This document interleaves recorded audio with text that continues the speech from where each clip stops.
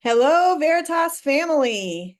This is Sherry Davis. Welcome to our next give and take session. I'm here with Dr. Don Forrester.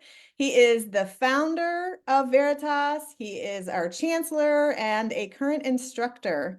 Hi, Dr. Forrester. Good morning. Glad How to be are with you. you? Fine, I'm doing good. Doing great. We're so glad to have you. We are, without further ado, going to jump right into your VBC origin story, which I like to say is a funny, kind of ironic to say it because it is actually VBC's origin story as well. So we're going to have you dive in. I know that it's going to be very challenging to squeeze all you have to say into just 30 minutes. So we'll see how we do, but go for it. Go ahead and get started and we'll go from there. Okay, well, actually, I came to Christ as just a boy. I was 7 years old, right at Christmas time. And immediately following my salvation experience, I began to have eye trouble. And in the time that I was in the hospital with surgeries, my pastor would come to see me. My mom read the Bible to me. I fell in love with the story of the Bible. And with my pastor's visits, I really, felt this is what the Lord had for me, because when he would come and read the Bible to me, pray with me, it's such a comfort and such an encouragement.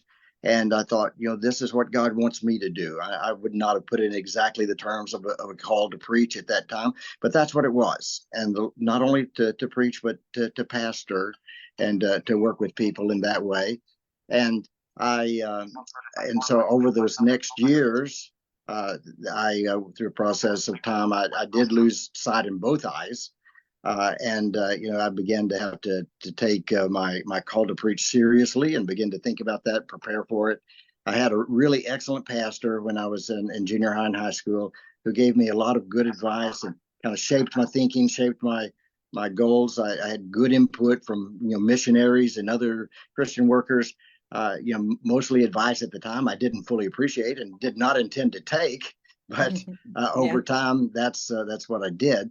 And eventually, after I finished college, I was teaching school in Texas, and Shirley and I were really praying about taking a church at that time, and came to the conclusion that that's not what the Lord had for us. That He was leading us toward going to a place where there was a real need, and to start a church, and if possible, it was our desire. We, of course, we can't dictate to the Lord, but our desire was to start a church and then stay with that church, see it to maturity, over the years, and to spend our life, with one congregation and with one community. And that's what the Lord has allowed us to do. And that sounded great, but what we found was that every stage of a church is different, and every developmental point within the church, takes different gifts and abilities, different information. So you have to study, and you have to change, you have to develop yourself, and that was a challenge, but that was a great benefit. And so what we wanted to do, when we chose Fredericksburg, we felt that's where the Lord would have us come. It was a small town at the time, but was scheduled for great growth, and that really the community would build up very quickly without a good gospel witness in Spotsylvania County. And so when we came to Fredericksburg, then we wanted to start a church that would start other churches. Church planting, was really on our mind, and we wanted to send missionaries, all over the world, and take part, in missionary endeavors all over the world. And so with that in mind, we began to win people to the Lord, and try to develop the ministries of our own church. And in the beginning, we were very small, and we worked very personally, one-on-one with people, and preparing them to help us with this task or that. And in doing that, we realized that we had a need for training. And now I'd never intended. I had a lot of goals in starting our church. As a matter of fact, I came across a document on our 25th anniversary. That was about halfway through. We just celebrated our 50th with the church. And about halfway through, I was looking through things to kind of use for that 25th anniversary. And I found a document that had my goals for when starting the church. And I went through those, and all of them except one, we had actually fulfilled. I thought, well, that's wonderful. And then I noticed the title, and it was First Year Goals. Well, let me tell you, we were a little ambitious that virtually none of them were fulfilled in the first year. but we learned that that the Lord's work is developmental. It's not done Yeah. instantly. People don't come to maturity quickly, including ourselves. And so to do what we wanted to do was going to take some training. Now of course, there's very many good colleges across the country, and I benefited from my study in a good Bible college and seminary. And so I had no intention to start a school, but we had started other churches in the area, and a couple of those churches that we were working with, the pastors were, and that was Pastor Mickey Creed in Stafford, and Tom McGee in Bowling Green. They also were doing the same thing, developing people, and we felt like if we sent them off to school, it would be years before we got the benefit, and probably they would never come back. Most people Yeah. don't come back to the home church. And Right. so we decided to start a Bible Institute. We started this Berean Baptist Institute, and we began to work, with a handful of men and women out of each of our churches, and we did a 3-year graduate of theology diploma, and that worked well. We went through that cycle twice, and we realized then that this was actually very successful, that we had opportunity to take laymen and those that were intended for full-time, intended to go into full-time ministry. We had an opportunity to work with both groups while they actually were functioning within our own church. And we saw that we could fill our own staff needs. We could build our ministries. We could send out people to plant churches in our area. And so this just seemed like a great model to be able to go to school and stay in the church where you're already planted, where you're already flourishing. So we organized then as a college in 1990, and as Virginia Baptist College. Then later, as we morphed into online work all across the world, then we moved to Veritas Baptist. But that's really how the college started. Is doing the building our own people to do the work of the ministry, and that was our theme passage in Ephesians 4. 11, that 11 and 12, that to perfect the saints, to do the work of the ministry, to build the body of Christ. And that's what we feel like is what every church ought to be doing, is developing its people, training them to work within their own ministries, and then to go out if the Lord leads in that direction. But that has been a wonderful opportunity. We've been hugely blessed by having the opportunity to teach within the school. And as we others wanted to kind of plug into this model, so we did some branch campuses, and then that led, of course, to our online work, which has allowed us, to work with people, keep them in their own places where they're ministering, and do that anywhere in the world. Yeah, I was going to say in the early days, the distance education for us, well, for anybody was really cutting edge. We were just a little tiny Bible college doing some really, really big and important things in regards to technology. Right. And Right. We first had a couple of branch campuses about 90 miles in each direction from Fredericksburg, and that didn't work well because we couldn't use the same teachers. We didn't have the same quality control, and so we we're looking for a high-end method. So we went to video conferencing, which was very expensive, but it was very effective. But then as time went by, just working online became cheaper and became much more technically, feasible. Yeah, I remember when we had to approach these other churches that wanted to be partners with us in the video conferencing centers.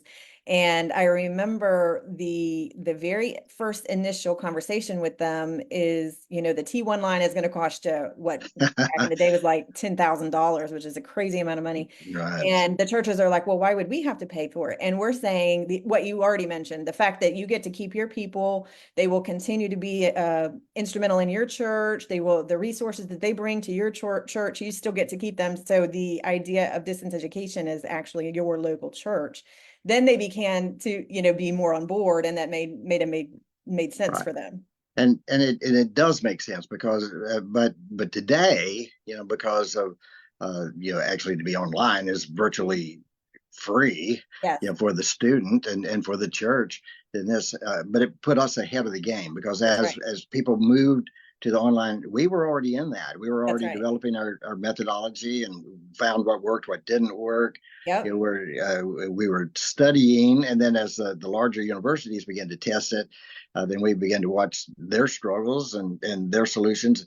And so when online came full bloom, we were already there. And we had, I think one of the biggest hurdles that we had overcome just as a small institution tackling technology early on was the wall that comes from instructors trying to bridge the gap. Like instructors saying, we can't be mentors in an online environment. How can we do this? I don't think we can do this effectively. And we had to tackle that head on Right. early. Right. And as a result, when we made that switch, when we tackled those topics early on with a small amount of people, it allowed us to branch into a larger institution as we are now, with no one's thinking like that. Of course, we can be Right. effective. Now we Right. can really be Right. effective. And in the beginning, we had people in class and online at the same time, Mhm. and that had its own set of benefits and disappointments. But Mhm. today, and I'm a huge believer in the online setting because it allows people to work at their own time. It makes it available to anyone, not just people that are available at a certain time in a certain place. Right. And it also eliminates the wallflower. That Yep. as a teacher, I always very much enjoyed the classroom experience. The direct interaction, the direct interaction with people at the moment. That was good, but it was only two or three people in the classroom that really were going to be responsive in that setting. Somebody else might have been doing their homework for the next class. I didn't know it. And there are people that could go through without really ever participating. And in the online setting, that's just not true. Everybody has to learn. Everybody has to participate. And I've watched the grades and the learning that was taking place, and found that the online model is actually much more effective in teaching the material, getting people to participate with each other, and to learn to express themselves. I agree. And I think it is effective. We have had a number of people say that they have felt actually more in touch and more closely related to their instructors, more mentored by them in an online environment than they ever did in the classroom. And so I Well, think, and that's true. I've had conversations this morning with students that are beginning classes, by telephone. I've had several text messages over the weekend, answering questions. I've had much more interaction directly with individuals, through this methodology than I ever did in the classroom. It's just going to be a very small portion that are going to stay after or come early, and have that conversation. And so it's usually just a brief question. And mhm. this and with this, you can have an in-depth conversation with somebody because you're not dealing with the pressures of the classroom. That's right. Yeah, it's good. And you and I are, we have, so you are my uncle. For those of you who don't know, you and my dad are brothers. And so we are related. Oh, we also have, working at VBC now for 22 years. So have been working together for a very long time. And I can say that during the time when you were exclusively president at Veritas, after you had stepped down from the church, was such a really great formative time for me just as an employee. Really enjoyed your leadership style. You always made us feel valued, gave us a voice. We always had an opportunity to express, whatever it was. We had great transparency. We were able to just disagree. You have the uncanny Pollyanna attitude, the hey, let's get accredited. And we're like, we don't think we can do that. Well, we can do that, and we can do that in this amount of time. And so we did. And so we always were so thankful for the nudge that we needed from you to get us going. And as a result, we are now going through reaffirmation, second one. We have federal financial aid, which is something that you spearheaded. There's obviously lots of things at VBC now that we wouldn't have had you not really nudged us in the right direction. So we're so grateful for your leadership. Well, it's been a great journey of excitement and opportunity, and we've seen a lot of great things happen. and just the people that have been involved have been such a blessing to us. And for all of us, and wanted to grow and develop and be better at what we do for the Lord. And we did. We all did, especially as the staff and the instructors that work with us. We've got Delaney watching from Bland, Virginia. We've got Denny Hastings. He's in Antigua. He says, can't wait to hear this interview. We got Anne Marie says, Dr. Forrester hired me back in 2003. Jasmine Mills is watching from Alabama. Michael Raker is watching from West Alexandria, Ohio. Paula Bowers is in Kentucky. Anne Marie says, Dr. Forrester spent just as much time mentoring the staff and faculty of the college as he now spends mentoring his students. And we have all benefited from that level of mentorship. So, Well, it's been a great team, and we've just seen wonderful things happen. And when the Lord's, I've always wanted to be a part of something that the Lord's doing, that the Lord is obviously doing. yeah. And both Faith Baptist Church and Veritas Baptist College have been that kind of ministry, and it's just a pleasure to be a part. You're exactly right. We're going to move on to the next segment, but I always felt and have always felt that Veritas is on the verge of something big, always. We're on the verge of accreditation. We're on the verge of the next big project. We're on the verge of switching from campus to online. There's always something really energetic, and I feel that now, even still. Lots Right. of really cool irons in the fire that we're excited about. So, Well, that's true.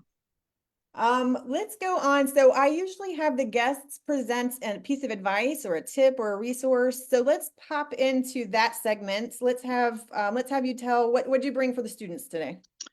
Well, basically, that we want, we just need to have an insatiable curiosity when it comes to ministry and all things, really. That I've always, I know few people would say one of their favorite books in the Bible is Ecclesiastes, but it is for me. I love Ecclesiastes because Solomon is looking at everything, learning what he can, coming to conclusions. Some things are helpful, some things aren't, but everything falls under the Lord's providence and His sovereignty. And so I think as Christians, and especially as students, we ought to enthusiastically enter into every part of the ministry, every part of college life. Just try everything. Read widely. And I think that we were shaped, by our friends and by what we read. And so this gives us both a community of friends, and it also gives us, an opportunity to read and to develop. And I just want to encourage students to try everything. We often, people say, well, how do I know my gifts? Well, the only way we know is trial and error. We find that we try this and we try that, and also don't just try something once. That because usually our first attempt at anything is failure. I know that was true for me. That if I looked at my first sermon or my first school lesson, whatever it might be, then it was a dismal experience. But it's just putting our foot in the water, so to speak.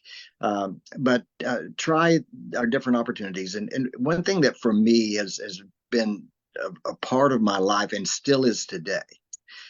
When I was a very reserved young person, very shy, very introverted. I was, I did well in school, but I wasn't a public person. And of course, the ministry is very public.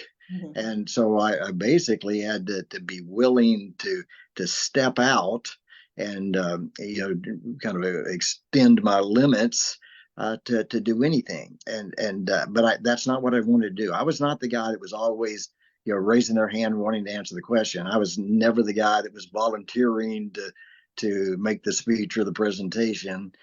And what I made a commitment to the Lord is, as a young teenager, that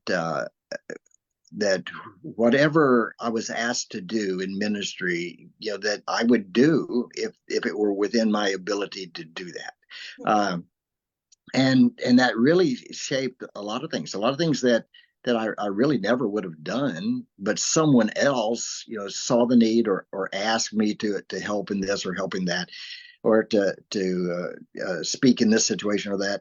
And so I devoted myself to that. Whatever it was, I wanted to do that to the best of my ability. but it really it opened a lot of doors. And so what I'm saying is don't sit back and wait for that great opportunity that we all dream of, in our service for the Lord, but rather just do what's at hand, do what you're asked to do, listen to your pastor, to your teachers, and when suggestions are made, then if we don't have a reason not to do this or to experiment with this, then step out and try. Just try everything, accept every opportunity. And it's still today, if I'm asked to do this or do that, I'm going to do that if it's within the realm of possibility for me. And I And think that's helpful information because sometimes we can get really wrapped up, especially as young people just jumping into the ministry, real wrapped up in spiritual gifts and kind of isolating or being exclusively one gift or the other, or saying, I have this gift, so I can't do this other thing. And I don't know that we know the full expression of our spiritual gifts until we are in all of these different types of no, things, and really, spiritual gifts is just God, placing within us the propensity, the ability to do something. But it's just like our physical talents that that they're undeveloped. You may be very musical, but unless you learn to play the piano, you're not going to play the piano. Right. You that, and the same is true with our spiritual gifts, and that we may not have the need for every gift that we have at any one particular time. And so it's responding to opportunity that creates the atmosphere in which we can test, our abilities, spiritually, and we'll find those things that, well, no, that's just not the thing for me, and then we'll find those things that, yes, I can do this, and I can do this maybe better than someone else in this particular situation.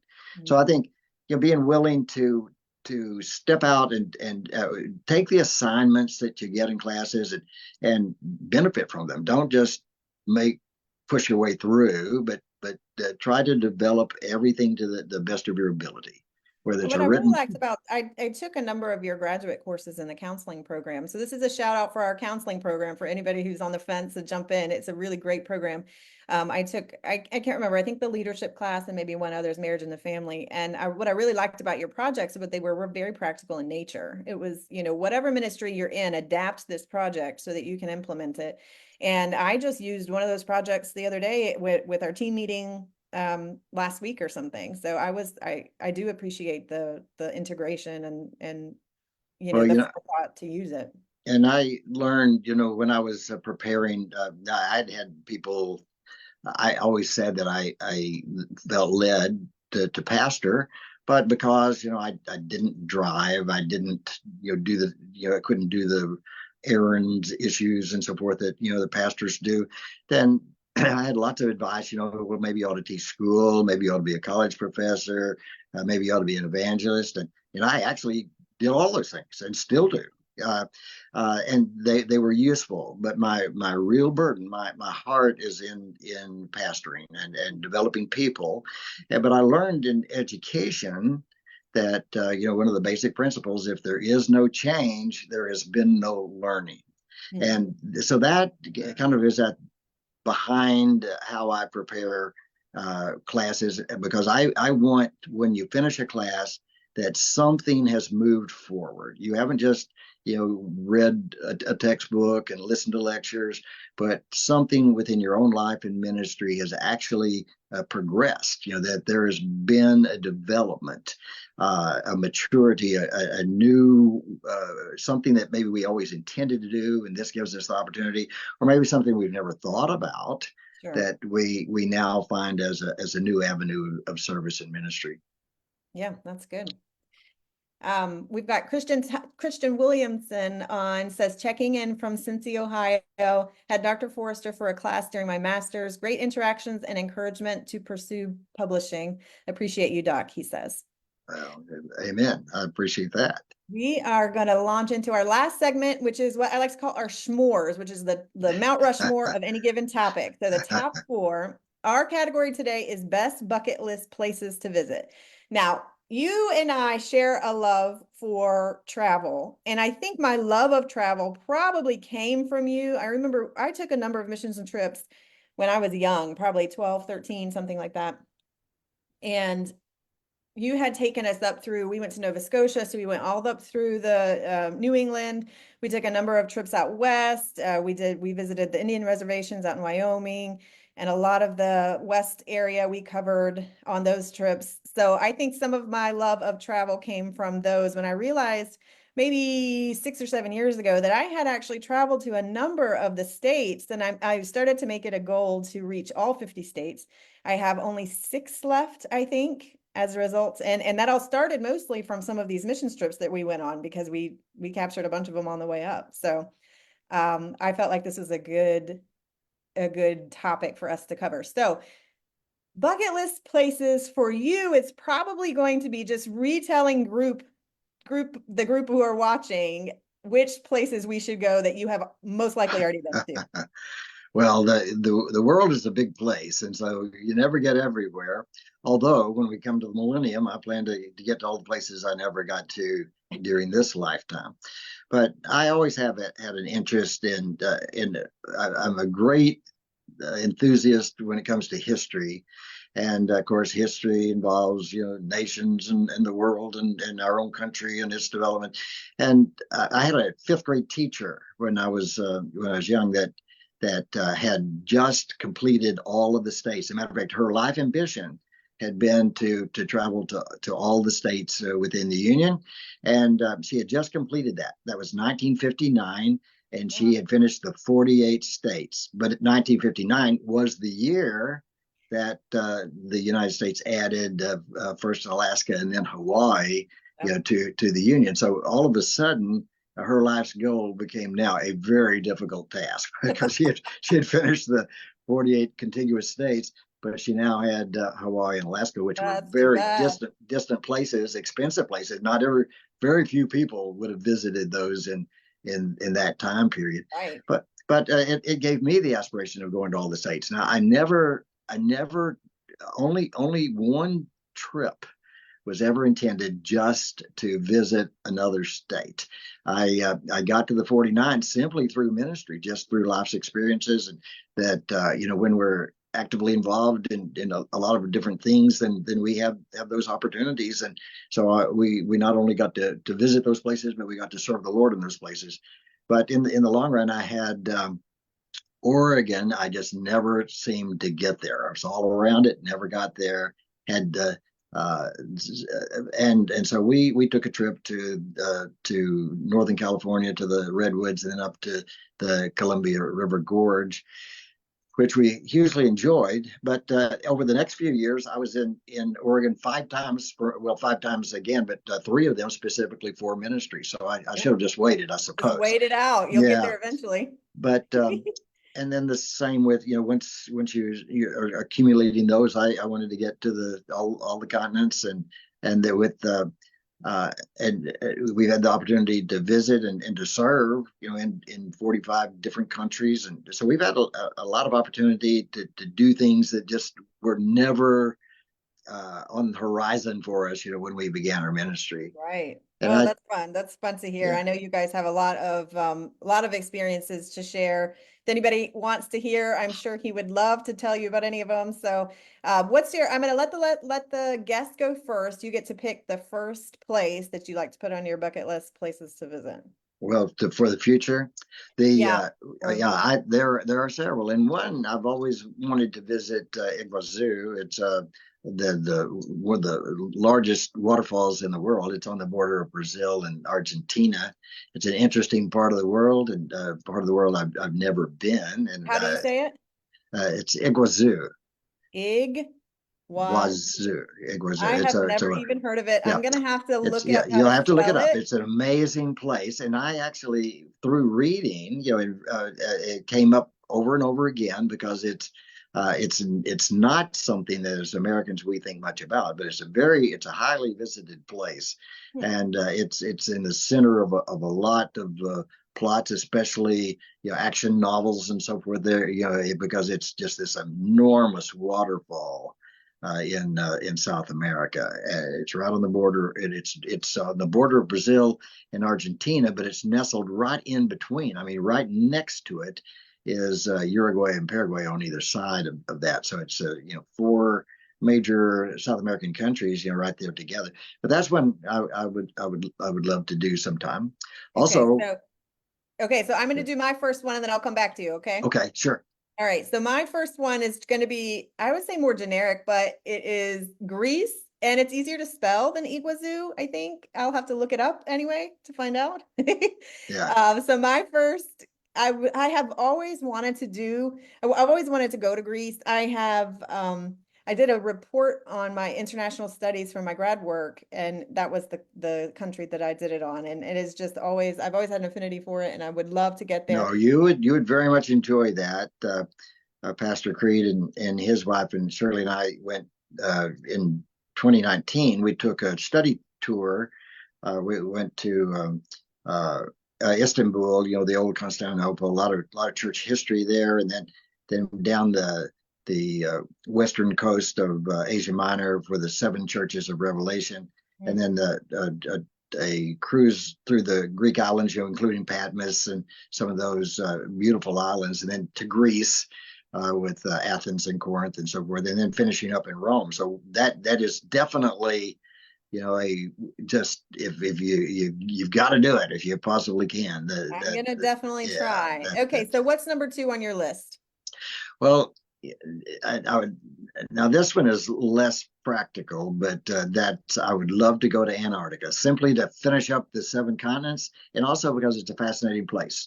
I've loved to read. I've read all the explorers, that most of them didn't make it. Most of them perished in the process, but crossing Antarctica. Now, I don't want to go into the heart of Antarctica. I don't want to do an exploration tour, but I would like to at least go to the peninsula there. That the peninsula, the arm of Antarctica that reaches up toward South America, and it's a very interesting place, and I would So love to is do the that. reason that you haven't tackled Antarctica thus far is because Shirley won't go with you? She will not go, and I don't matter of blame fact, I've found no one her. that is willing to make that trip. They once they read about you get there by ship, and they call it the sea of the 100-foot waves. So yeah, which is quite enormous. Matter of fact, I was on a riverboat in the Columbia River in Oregon, Washington. And the captain came out. He was standing by the rail, and Shirley said, "Are you the captain?" He said that he was, and we got to talking, and I asked if he had worked in any other area or if he'd always been on that river, and he said no. He most of his career had been in Antarctica, and Shirley said, "Well, he wants to go to Antarctica," and he said, "No, he doesn't." And she said, "Well, no, he really does." And she said, "No, he doesn't." And I said, "Well, it's an interesting place. I'd like to go." And he said, "No, you actually don't want to go to Antarctica." So So he he was was not very, encouraging you yeah, either. he said it was very, very rough seas. Nobody enjoys it. It's kind of a goal that people have, but the experience is pretty difficult and sometimes pretty miserable. So So anyway, that sounds you may be challenging to me. tackling that on your own if you go at all, huh? Yeah, I may have to put that one on the Millennium list, Right, but right. All right, my second one, which I know you've been there a lot of times. I would love to go to Alaska. That is one of the states I haven't been to, and we have family out there, of course, and just I know it's beautiful and breathtaking. We had actually had a cruise planned for our 10th anniversary a couple of years, but then COVID, did away with all that, and we never just got back to it. So I would love to get to Alaska. That's on my list. So yeah, what is that's your number 3? well, my number three would be Iceland. I Okay. love geology, and it's just a study in everything the geological, from the earthquakes to the volcanoes to the ice and the rugged terrains. It's supposed to be a beautiful place, and I would love to go there sometime. That yeah, Some of you might have seen that we got a little taste of the Aurora Borealis just right here in town. So we had to look at it through our phones, but it's beautiful. So I can only imagine what it would be like in yes, we've Alaska or yeah. Iceland. We've had several students from Iceland That's right. in Veritas, and so we would know some people there, and Before you get to your fourth one, Pam Mullen says, I'm watching from Kentucky, had Dr. Forrester for a class. So she wanted to give to say oh, hello. wonderful. Okay, so what's your last one? Well, my last one is Gibraltar. I would love to go to Gibraltar because of its historic significance. And again, it's a geological study. It's an amazing place, and but it's important history there at the mouth of the Mediterranean. It's of course now a British possession, but its significance in the world wars, and it just its location there between Europe and Africa. I would love to do that. That's of course you have to go to Spain to do that, and that's another. I've never been to Spain. I'd love to go to Well, I Spain, would Portugal. go with you to really any of your choices except for Antarctica. So any of those that you wanted to get scheduled, I would do it. So Yeah, I didn't do my third one the last time go around, so I'm going to give my last two. I'd like to get to Egypt and to China.